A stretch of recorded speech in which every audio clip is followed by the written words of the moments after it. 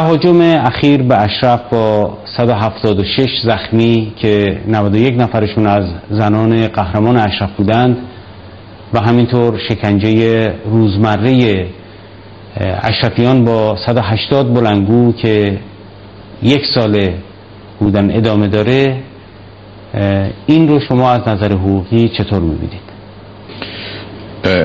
Nous parlons des droits de la communauté internationale. Et il y a eu dans l'histoire énormément de cas de brutalité, de massacres dans toutes les civilisations et tous les peuples d'une manière croissante. Mais il y a eu un moment au XXe siècle, le dernier siècle, où ces meurtres, ces massacres ont atteint un sommet, un niveau que l'humanité a considéré que ça ne pouvait plus se répéter, n'est-ce pas? C'est la Deuxième Guerre mondiale, 1939-1945,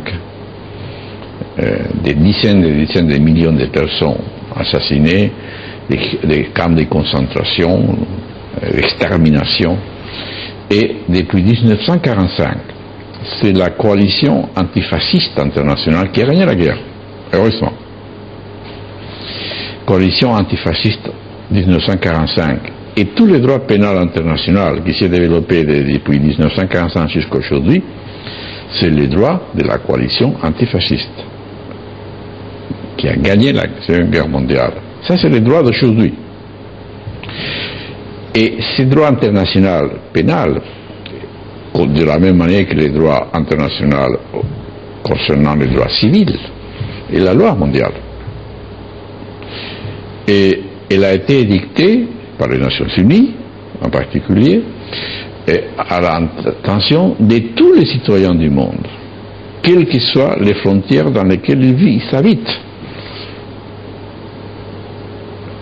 Et l'Iran a voté en faveur de la Déclaration universelle des droits de l'homme, puisqu'elle a été votée à l'Assemblée nationale des Nations unies, à l'Assemblée générale des Nations unies, en 1948. L'Iran a également signé les conventions de Genève. Par conséquent, c'est la loi, également pour les Iraniens.